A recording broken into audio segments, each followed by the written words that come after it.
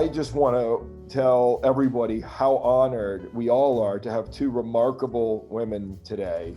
And starting with Anne Applebaum, class of 1982. Anne is a author, professor, historian. She's a writer for The Atlantic and a Pulitzer Prize-winning historian at that. She's currently a senior fellow of international affairs and Agora Fellow in Residence of the Johns Hopkins School of Advanced International Studies. And her newest book, The Twilight of Democracy, goes into detail and explains why some of our contemporaries have abandoned liberal democratic ideals in favor of strongman cults and one-party states and nationalist movements. It's such a very timely book, and we look forward to hearing from her and having your questions. And Elsa Walsh is a fellow trustee and a parent of an alum.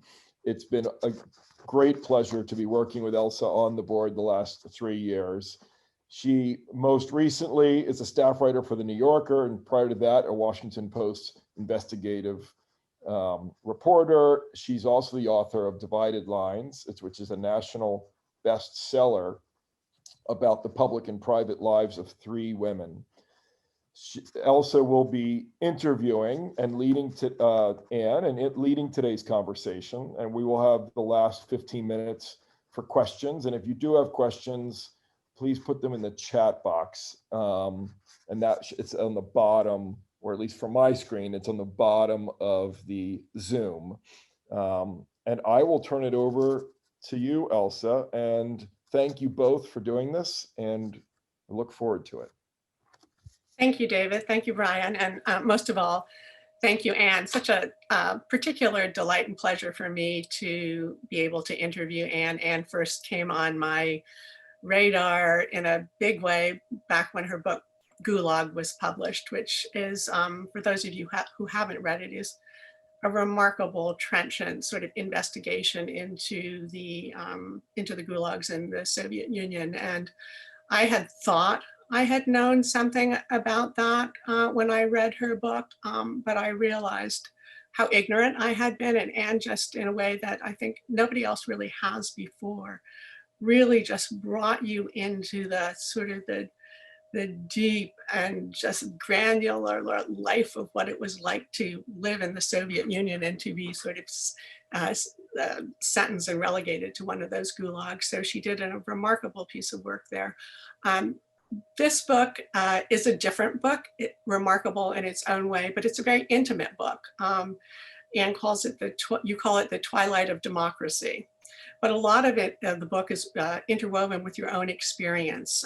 You open the book with this wonderful scene of a party on New Year's Eve of 1999. You're in your great home where you are right now in Poland.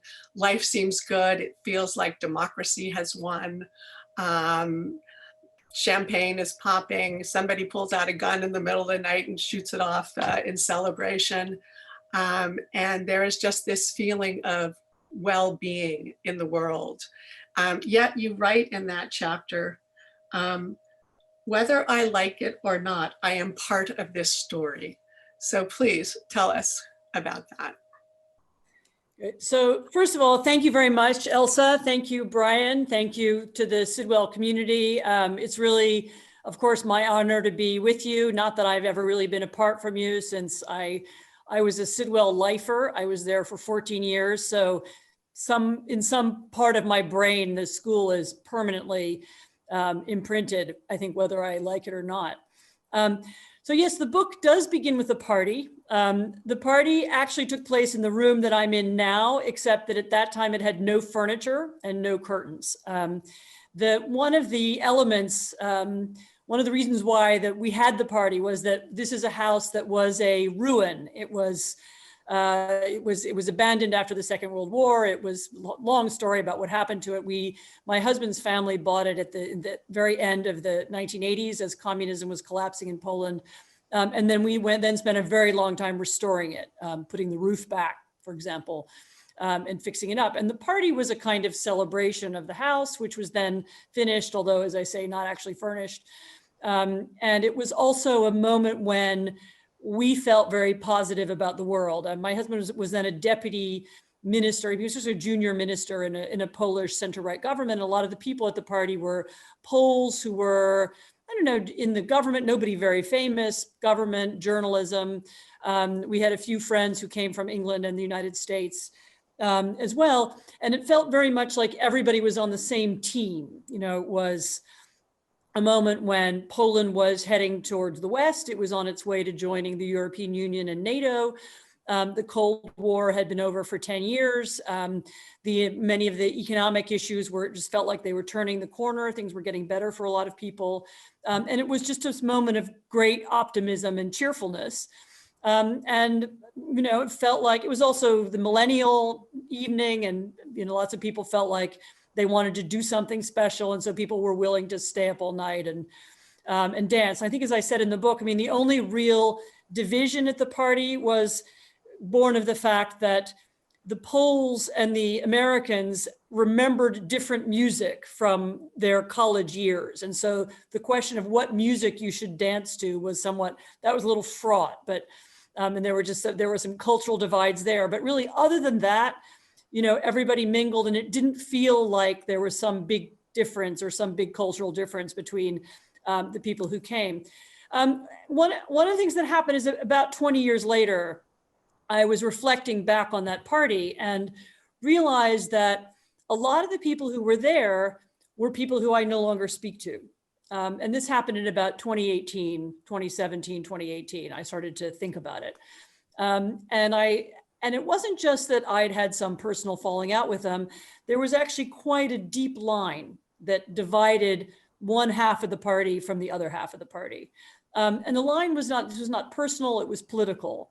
And that what had happened inside that group, which you could roughly characterize in Poland as a kind of center-right anti-communist group. Lots of people there had been, like my husband, had been sort of teenage anti-communist activists. They were people who fought for democracy in Poland. They weren't the leaders or anything. They weren't, they were too young for that. But they had all been part of this same camp. And it felt like a lot of the people that I knew in the United States and in Western Europe and in Britain were also in that same camp. Maybe they were Reaganites, or they were Thatcherites, or they were democracy activists, or they were anti-communists. And that felt like a coherent world. 20 years later, it no longer did.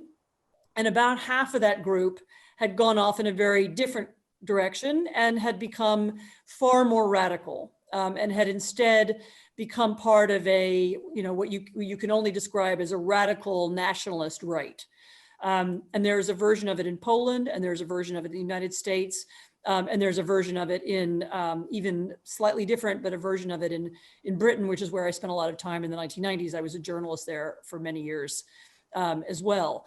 And the book tries to explain what happened to that group of people, because the radicalism that they chose in many cases has turned into a kind of populist authoritarianism. So these are people who are now the spokesman for, or journalists attached to, or political strategists for political parties that have defined themselves as patriotic, as authentic, as genuine, as opposed to their political opponents who are elitists or foreigners or undeserving or even traitors. And riding that wave of, as I said, populist authoritarianism, some of them are now in power anyway, in positions of influence. And I'm part of the story because my husband was in Polish politics. I know many of the people. Also, I was the target of some of their anger at one point. I've been accused of being a somehow traitorous, anti-Polish figure living inside Poland. I mean, maybe if you want to talk about that, we can. And it was a very, to be accused by your old friends of some kind of betrayal on the main television news of the country that you live in is very unpleasant. Again, the book is an attempt to explain those people. Some of them talked to me, some of them didn't. Some of them I went back and talked to their friends, and to try to understand what happened to them, what was their trajectory, and why did they become disillusioned with the democracy that so many of them had fought for. So, like a lot of things, there's no one easy explanation for what you describe in your book, and you talk about that. You say that there are many different reasons why these people split off into different camps, but one of the ones which really struck me was this sense of disappointment. Disappointment in their countries, disappointment in themselves, disappointment in not having achieved more, not getting what they thought they should get, and that it's a different take than what you normally hear, but it's a deeply for me in reading the book, which is wonderfully it's a fast read. It's under 200 pages. It's a beautiful small size. But what sort of palpitates throughout this book is this sense of disappointment. Your disappointment, you have a sense of disappointment yourself in what has happened, but the people who actually populate these movements express this disappointment, or you see this disappointment in them in all different ways. You look at the people for Brexit, you look at it in Poland, you look at it in Spain, you look at it in Hungary, you look at it in the United States. And I wondered if you could talk about that. Yes, I mean, you're exactly right. I mean, in a way, this is what all radicalism is. I mean, it's a feeling that in some cases, my society, the nation that I live in, is declining. It's changing in a way that I don't like. It's becoming morally degenerate. In some cases, it's becoming, thanks to demographic change, it's not recognizable. It's not the same place that I grew up in. The crowds on the street don't look the same. Or it's losing its identity. The England that I loved and that I grew up with is disappearing into some kind of corporate globalist, meaningless space, and I can't see the things that I grew up with anymore.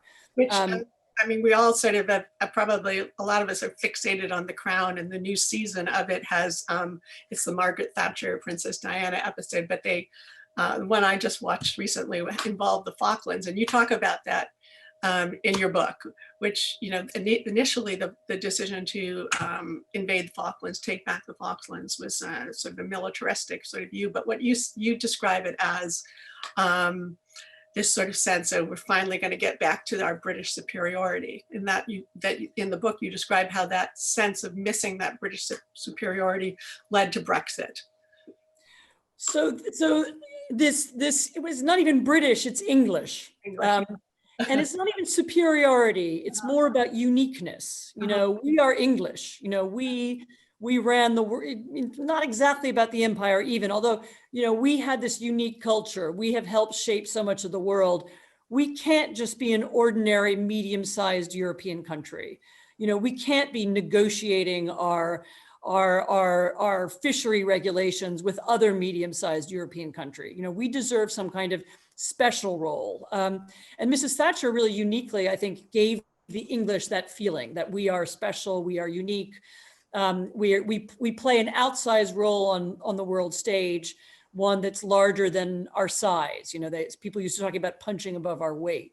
And Mrs. Thatcher really did that, gave the English that feeling while being part of an international consortia, while fighting the Cold War, while being aligned with Reagan. In other words, Thatcherism didn't involve any kind of contradiction between Englishness and being part of this global democratic movement or alliance of global democracies. But in the years after she fell, quite a lot of disappointment and disillusion set in. Very similar to what happened to the Reaganites in the United States, in that the sort of triumph of the Cold War, and then what happens after that? We just have George H.W. Bush trying to put Europe back together again, and shaking hands with Gorbachev, and in retrospect, and I think we're all appreciating this now, both him and John Major were excellent politicians who probably, saved us from further wars and chaos in Europe. But what they were doing was, didn't have the kind of cultural edge. It didn't feel like they were winning a war. They were creating, cooperation. They were creating institutions. And all of that to a certain kind of culture warrior or to a certain kind of English nationalist. It all felt insufficient, not exciting enough, not cutting edge. And there were people who became more and more alienated from the sort of project of integrated Britain, just like in the United States. There were conservatives who became alienated from this pragmatic vision of what the Republican Party should be. And they wanted something more dramatic. They wanted to be culture warriors and not government administrators. So I want to get to America and Donald Trump and the election and post-election pretty soon, but I also want to ask you about your relationship with Boris Johnson and your husband's relationship with Boris Johnson. That's one of the more fun parts of the book, which is you describe him as kind of an accidental leader. Oh yeah, no, so my husband knows Boris Johnson because they were in one of those ridiculous English clubs together at Oxford. And I explain that. And in England, it's a very infamous club. They do riotous things and have expensive parties. And my husband was a member of it as a kind of Polish refugee at the time. So he had a honorary role in it. And so he's known Boris since then, and I've known him also for a very long time because I was a journalist in London in the 90s, and we were sort of colleagues. And I recognize him as a very, he can be very underestimated. He's a very talented public speaker. He's a very charismatic person. He's somebody who attracts attention and goodwill. He's funny in a way that people like. And if he walked into the room right now, I would have trouble not, finding him amusing and interesting, just like I always did. But it is true that his use and manipulation of the English relationship with Europe, with the EU, will probably be remembered as the main reason for Brexit. So he was one of the people who, as a journalist, created this narrative about the ridiculous EU and its bureaucracy. He told exaggerated stories. When he finally left journalism and went into politics, he gave funny speeches about silly things the EU does. I don't know if, again, regulations to do with fish packaging or something. But I don't think he was very dedicated ever to the idea of Britain leaving the EU. In fact, we had dinner with him a few years before the Brexit vote, and he said, no, of course, it's a ridiculous idea. He was then the mayor of London. And nobody in London wants it. Nobody in the business community here wants it. It's not going to happen. It's a terrible idea. And then, of course, he made this cynical decision to back Brexit. He thought it would lose, but that he would then somehow be a hero to the Eurosceptic English nationalists whose kind of anger he'd been feeding for so many years. And that would then help him in his political career. And of course, he was right. I mean, it did. He's prime minister because of that. I mean, but the sad thing now, though, is that what you can see is that he doesn't have if you ask him or you ask anybody in the leading Brexiteers, what are they going to do when they leave the European Union? What is it that they will be able to achieve that they couldn't have done before? They can't answer. I mean, they don't have a plan. His prime ministership has been very chaotic, not only for that reason, but also because of the coronavirus. But in essence, they've tried to pretend for a long time that they could achieve Brexit with nobody having any difficult side effects or there being any harm. And even as it's coming down to the wire, I mean, the deal has to be done within days, I think. They're still not telling the British public the full story about it. So yes, I think it was an accident. I think it was, I think even most of them will privately fear it was a mistake. But this is the path that they're now stuck on.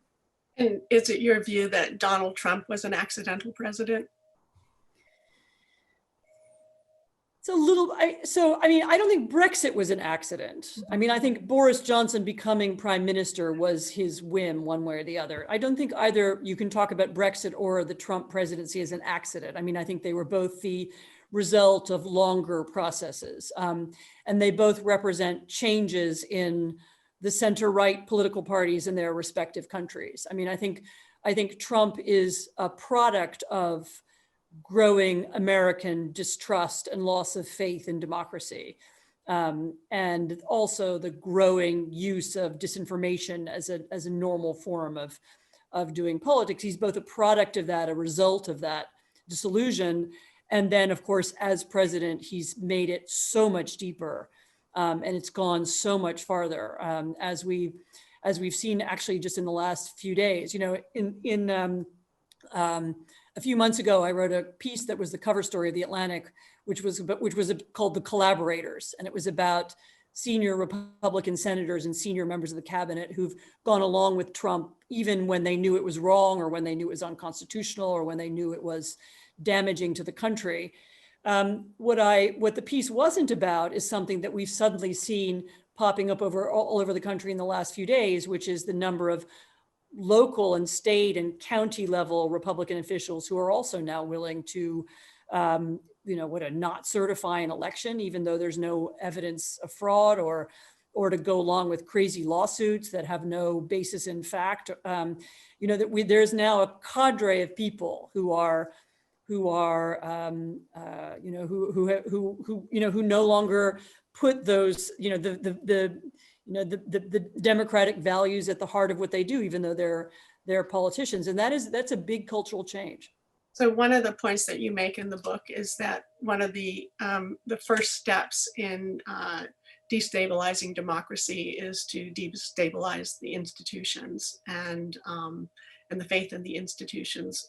And when you look now at this sort of post-vote, post-election period in which you're describing right now, what is your view of what is going on in America, and what, given the sort of the lens that you see from Europe and your experience there? And so, I mean, look to outsiders, to people in Europe, it looks like a coup d'etat. I mean, what can I say? We have a president who has lost, who is using the legal system and increasingly even the vote count, the sort of vote certifying bodies at state level and county level to try and reverse the result of a democratic election. I mean, I don't think he's going to succeed. I think Joe Biden will be inaugurated on January the 20th.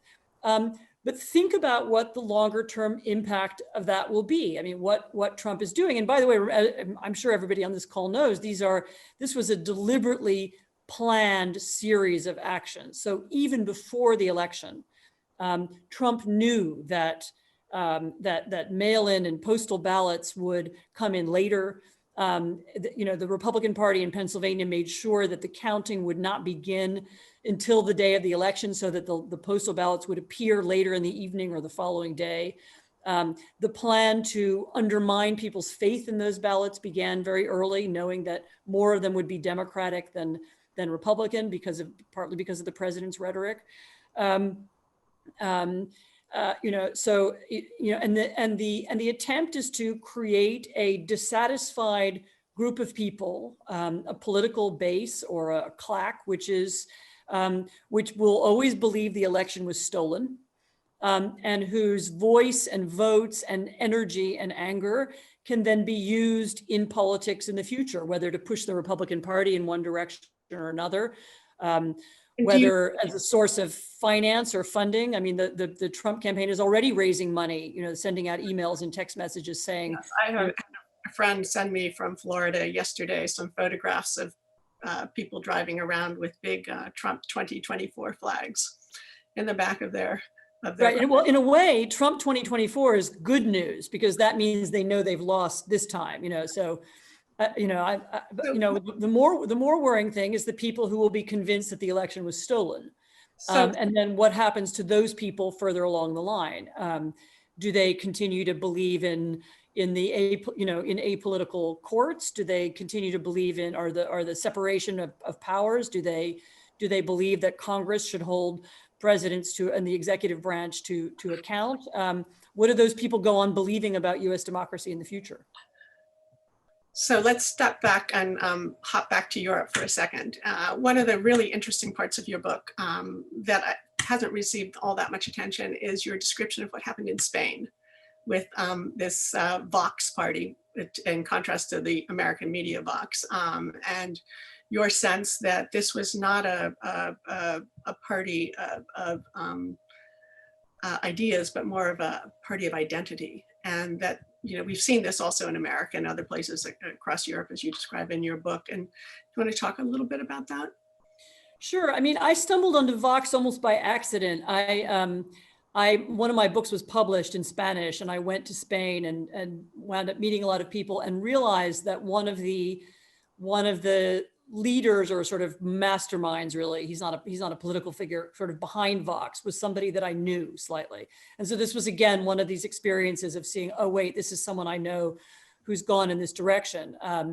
And so I did some reporting on Vox. And of course, what's interesting about the Spanish far right, I mean, there are a lot of interesting things about it. One of them is that it was a party that was put together by political consultants, by strategists, in a very deliberate way. And so they looked for, what are the issues that, that people are dissatisfied by, that they aren't feeling reflected in the mainstream center-right party. So Spanish politics, since the end of Franco, had a very strong center-left and a strong center-right. And what we've seen in more recent years is this fragmentation.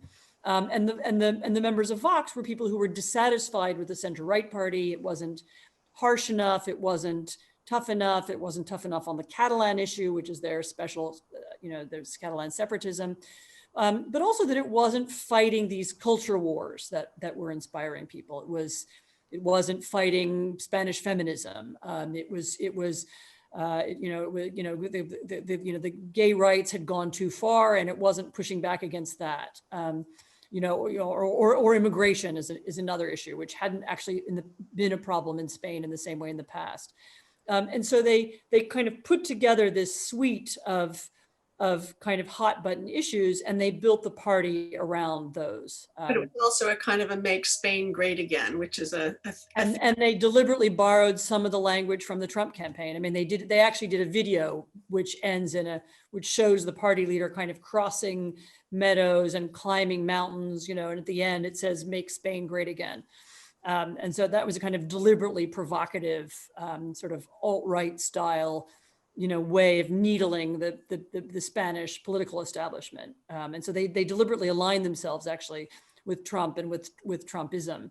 But again, it's a party of people who are disappointed with modern Spain. It's not loud enough. It's not nationalist enough. It's got too many immigrants in it. It's not what Spain used to be. And there's a very strong element of nostalgia there. They're careful about how they talk about it, because nostalgia in Spain is nostalgia for Francoism, but it's also nostalgia for a kind of more traditional form of life and traditional values.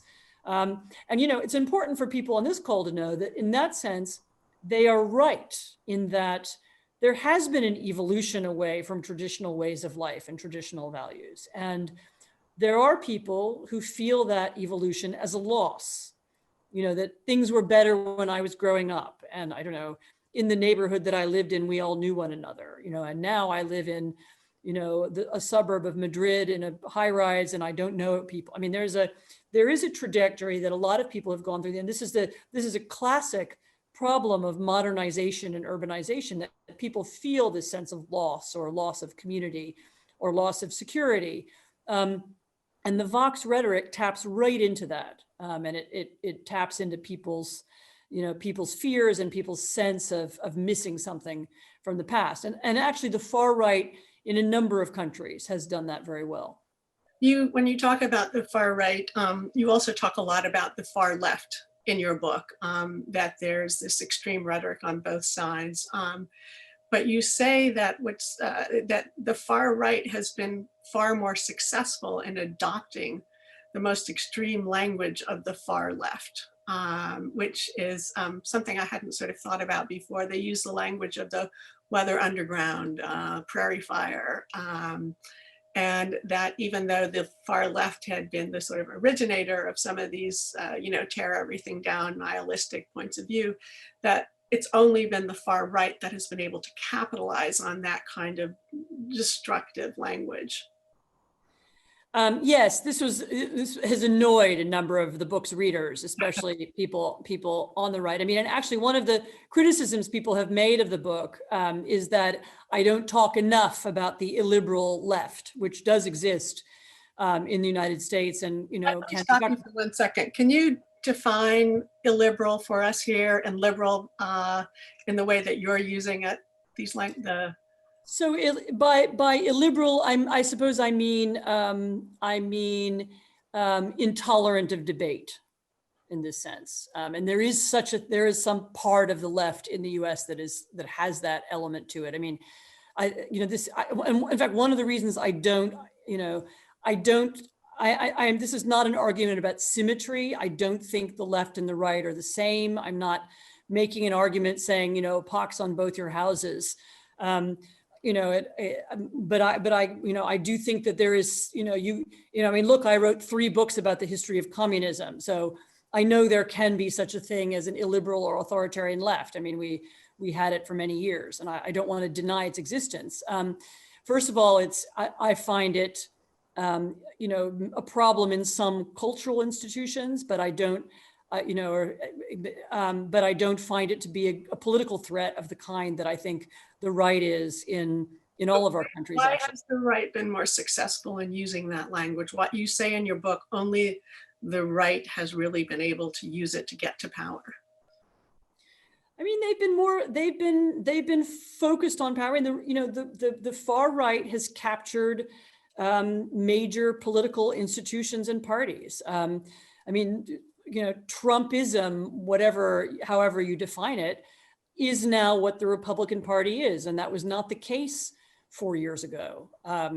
And so, they've simply been better at taking over political institutions. I mean, the Brexiteers in Britain were a tiny minority. David Cameron referred to them as swivel-eyed loons or something. He had this term he used for the Eurosceptics in his party, and they are now, they now run the party. They are the British Tory party. There's very little left of the, moderate, pro-European conservatives who were the dominant force in the party, including under Mrs. Thatcher, who herself was pro-European and expanded the powers of Europe while she was prime minister. And so the right has been better at, this radical right has been better at reading the mood and winning control of big political movements. I mean, I think, that's the best explanation that I have. Whereas, I'm not sure we all want to spend a lot of time right now, have a large argument at what is the left and who counts as left right now, but there's no equivalent on the left at all. There's no mass authoritarian left-wing movement that's taking over the Democratic Party. It's just not there. So this is a nice transition for me, and then I'm going to open it up to some of the questions here about your own sort of political evolution. You were a lifer at Sidwell, as you say. We all sort of know that for the most part, being a sort of a Reagan Thatcherite conservative probably was not that evident in the population when you were there in high school. I'm wondering, where did you start from, and how did you end up to where you are now, and where did Sidwell fit into that? So it's funny. So my personal view about myself is that I've had the same things and thought the same things the whole time. It's just that everybody else has gone nuts. And so therefore I now belong in different parties and places, although maybe that's unfair because I probably evolved as well. But I mean, look, so I graduated from Sidwell in 82, which is really before the so-called Second Cold War, before Reaganism was such a loud and vocal thing. I mean, the main president I remember from high school was Jimmy Carter. Right. That was quite a different era. I mean, I would say that I wasn't at all political. I wasn't even particularly political in college, but the experience of being a reporter in Eastern Europe in the late 80s and early 90s was very eye-opening, both about the nature of communism, the nature of autocracy, but even the nature of politics itself and how things worked. You know, I very, very easily and very happily would have called myself an anti-communist in that era. And I was very happy upon returning to Britain, where I worked in the 90s. I was very happy to be somehow inside. I mean, I wasn't actually a party member or anything like that, but I was somehow inside the world of conservative journalists. I write about this in the book a little bit too, you know, that I was, you know. Right, but you don't go back as far as Sidwell. No, I don't go back as far as Sidwell. You know, but you know, what are, you know, the values I thought I was promoting were, you know, I mean, just to be very, you know, very mundane, you know, democracy, freedom, human rights, you know, an expansion of liberty to more people, you know, and remember, from the perspective of communist Poland, free markets also felt like freedom, you know, in states where you'd had so much control over people's activity. The move towards markets was very exciting for people as well. I mean, there's now a fashion going the other way and say that, you know, there's a anti-market or anti-capitalist sentiment has returned. But remember how the world looked from, you know, in 1990, it looked very, very, very different. You know, what happened after that was that I found myself very happily in the middle of center-right political groupings with, you know, again, my husband was a member of a center-right government. Then he was later on foreign minister and also in a center-right government. And then, as I said, I had this front seat, you know, I was a kind of, you know, front seat view of the split inside the conservative movement, which included having some of my friends choose the other side and go the other way, right up even until this election that's been happening. So I, you know, again, I feel like I still believe in all the same things I always believed in, maybe with some policy differences or emphasis here and there, but conservatism and what it means has really changed. I mean, if it felt like What was it, George freedom and against autocracy in 1990, it doesn't feel like that now. Well, I guess, who was it, George Kennan, who said, when the facts change, I change? I think a lot of people have said that. It's one of those things that, you know, that, you know, I think, no, it's not Kennan, it's not him, it's somebody else. When the, what do you do? What do you do when the facts change? You know, I change my opinion too, sir, yes. So let me ask you some of the questions that have come in. This is from Gretchen Brevnov, who has some background herself in. I know. Hi, Gretchen. What are the implications for democracy in an increasingly AI-dominated global world? That's a big question. If by AI dominated you mean that there are more and more tools by which people's opinions and feelings will be shaped. I mean, in a way, we're already in an AI dominated world in that, you know, when we talk about the algorithms, when we talk about the way in which Facebook shunts people into particular, you know, echo chambers or you know, social or political groups, that's AI already working to separate us.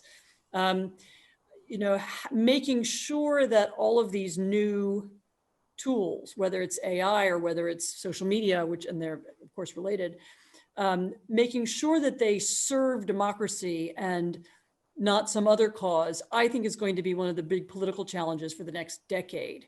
How we regulate the internet platforms, how we make sure that we have some transparency and insight into how the algorithms work. I mean, look, a friend of mine who does business in China said to me recently that she'd had an argument with a Chinese colleague about their use of the internet. You know, that they have this social credit system whereby, you know, they try and use different kinds of nudging and tools and persuasive means and keeping track of people. And they're trying to use it to reduce crime and to get people to obey and be obedient and not defy the state. And she was needling him about this system. And he said, well, look, okay, at least we have all these incredible tools. At least we're using them to build our state. What are you using these same tools for? You're using them so that Mark Zuckerberg makes money. The same set of tools, the same, we call it whatever, the attention capitalism or surveillance capitalism. It exists. It's just that who's in charge of it is people in Silicon Valley who are making profits out of it. Is that what we want indefinitely, or do we want those kinds of tools to somehow serve our political system and serve our interests? I mean, that's a very big question. I don't even know if it can be answered in any sufficient way, and certainly not soon, but it's one that I hope that we'll start thinking. In Poland, where you live, are there restrictions on internet use, or is there tracking? I know that you describe, I don't think it's Poland, but maybe it was Hungary. You said that they recently instituted a law where if a journalist criticized the government's handling of coronavirus, they could be sentenced to 5 years in prison. Are there jailing of? So there is on the fringes. I mean, it's not, they don't really, I mean, frankly, Facebook controls the internet in Poland as well. So they don't have full control of the internet in the way that the Chinese have of the Chinese internet. But there is beginning to be, so on the edges, I mean, we have a colleague of ours was arrested a few weeks ago on a bogus corruption charge. And actually because the courts are not yet fully politicized, he got off. I mean, it was a sort of made up story. And so, yes, they are beginning to use the tools that they have to crack down on it. And mostly right now, it's aimed at people who have information about them. I mean, it's actually, the person they arrested was somebody who was a lawyer who was about to reveal a corruption story, about the government. But they are beginning to look into using those kinds of tools on the fringes, and we know they bug people and we know they tap phones. So there is that definitely exists. Do you believe you've been a target of that, given that you were so heavily criticized for a while? I mean, I'm not sure I'm important enough personally. I mean, I don't flatter myself to think that I'm that significant. But is my husband, who's still in politics, he's a member of the European Parliament for one of the opposition parties. Are they interested in what he does and where his money is and who he talks to? Probably yes. Okay, so here's a connection from a question from Bonnie Calland. What is the connection of how Stalin starved his own people and the way that authoritarians, fascists view, quote unquote, the people? What is the value of the people and how expendable are they? Would authoritarians want their people educated, healthy? So that's a broad question, and thank you for the allusion to one of my previous books, which is a book about the Ukrainian famine, which was Stalin's attempt to eliminate a part of, and repress a part of the Soviet population who were a political problem for him. I mean, look, I don't want to make too many generals. I don't necessarily think that you can connect, Stalin and Putin, and Trump in one category of thing. I'd prefer to keep them separate if we're talking about, if we're in order to keep the precision to focus on one at a time. I mean, it is true that authoritarian propaganda very often relies on scapegoating. And turning one part of the population against another part of the population. And distinguishing the true people from the false people. So the true people from whatever, from the elites or the peasants or the outsiders or the ethnic minority that we don't like. And so that is often how it, and then the authoritarian builds his power base around people who can then feel superior to that other part of the population. So in that sense, you can see patterns in authoritarian propaganda that do repeat themselves. And as I said, certainly the scapegoating of one small group, so much so that they can then be physically eliminated without much objection or even with the cooperation and collaboration of others. I mean, this is of course genocidal authoritarianism, which is not something we have in. Where do you fear for democracy most in the world now? I mean, frankly, after this week, I really fear for the United States. I knew that Trump would do what he's going to do because he's been telling us for a long time. I knew that he would seek to undermine the results of the election, but I don't think I suspected that so many people would go along with it. I'm surprised not just by the people waving Trump 2024 banners, but as I said, it's the county level Republican officials. Would you call those, you use this term in your book that's not used often in America, but maybe more in Europe, the clerics. Oh yeah, no, it's not used in Europe either. It comes from an old book by Julian Benda.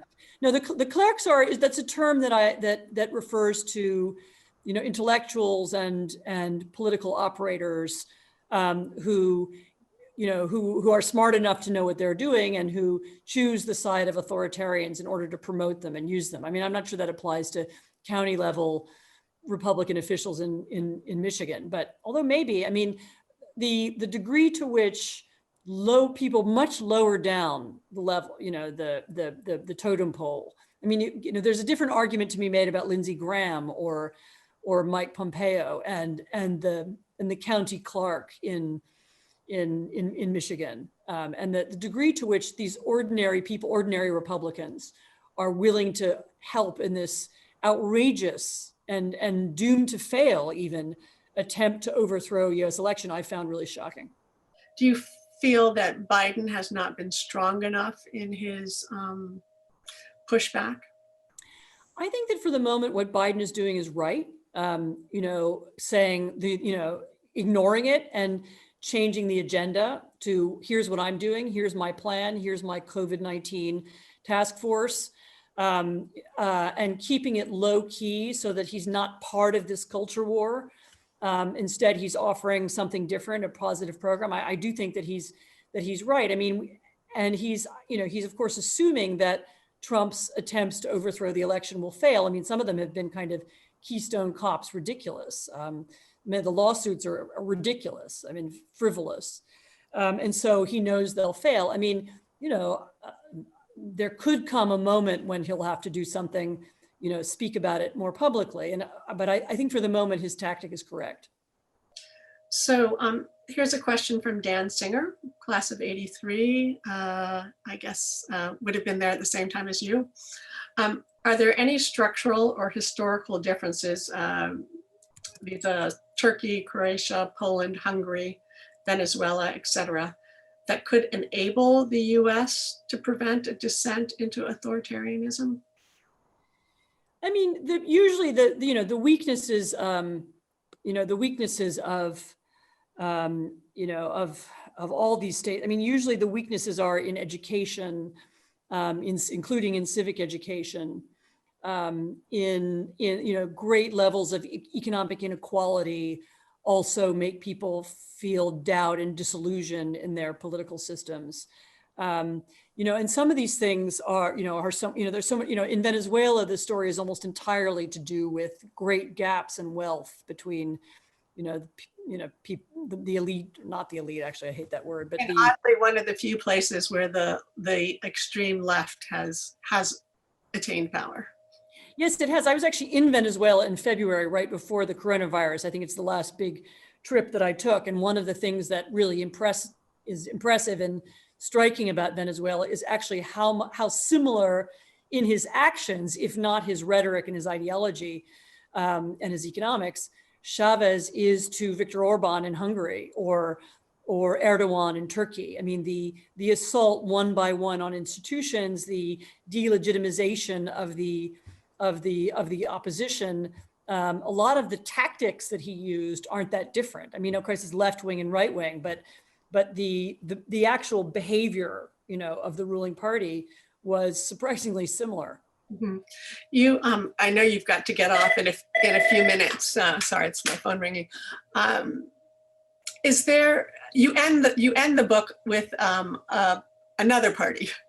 I know your whole life isn't parties, but they're nice bookends.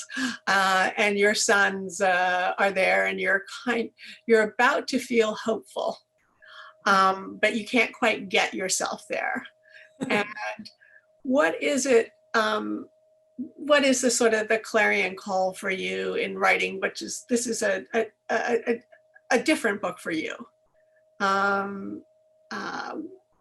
What's the message of optimism or hope, or if there is any? So I am a naturally pessimistic person, as someone who's written a lot of books about big tragedies, you can imagine. But one of the conclusions I came to over the last few months was that it is really irresponsible for people my age to be pessimistic, because in a way it's telling, my children and their friends that, forget it, it's all over, there's nothing you can do. And one of the points of the book is that it's a warning, things can go wrong. Everybody always knew democracy could go wrong. The founding fathers knew democracy could go wrong. That's why they put all these weird checks and balances and strange institutions into our Constitution. And so it's useful to be reminded of that. And it's useful to think about how to renew the system and make it better. But, look, history is radically open. Choices that we make now will determine what happens. We are neither condemned to become an autocracy, nor are we guaranteed to remain a democracy.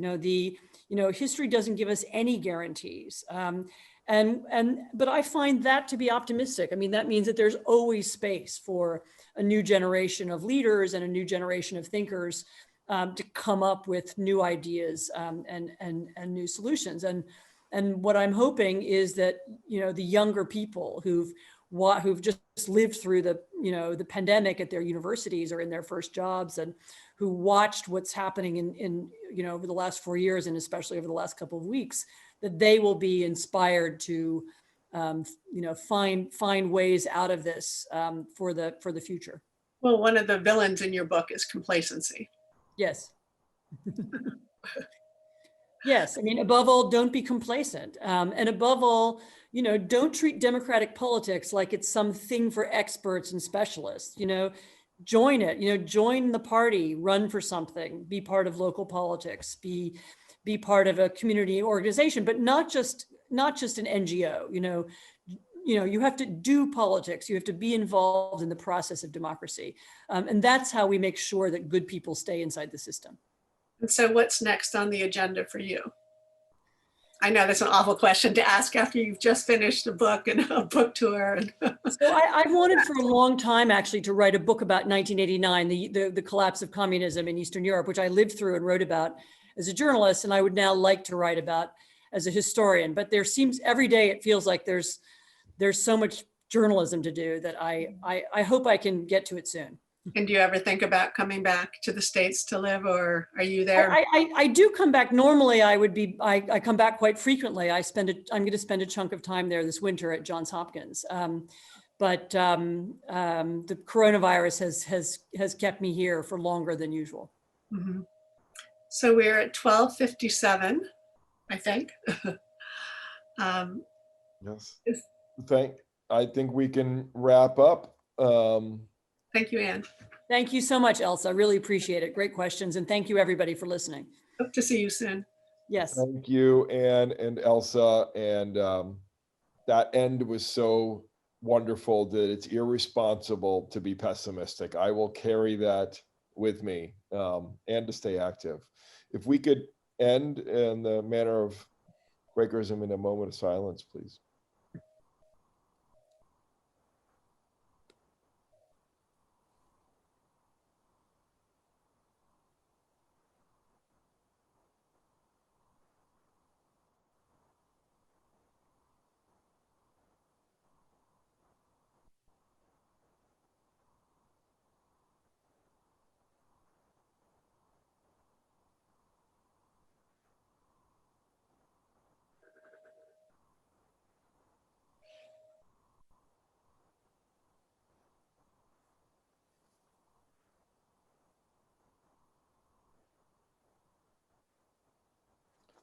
Thank you all very much. Thank you. Thank you. And I see lots of friends on this call and people who I went to school with. So much love to you all.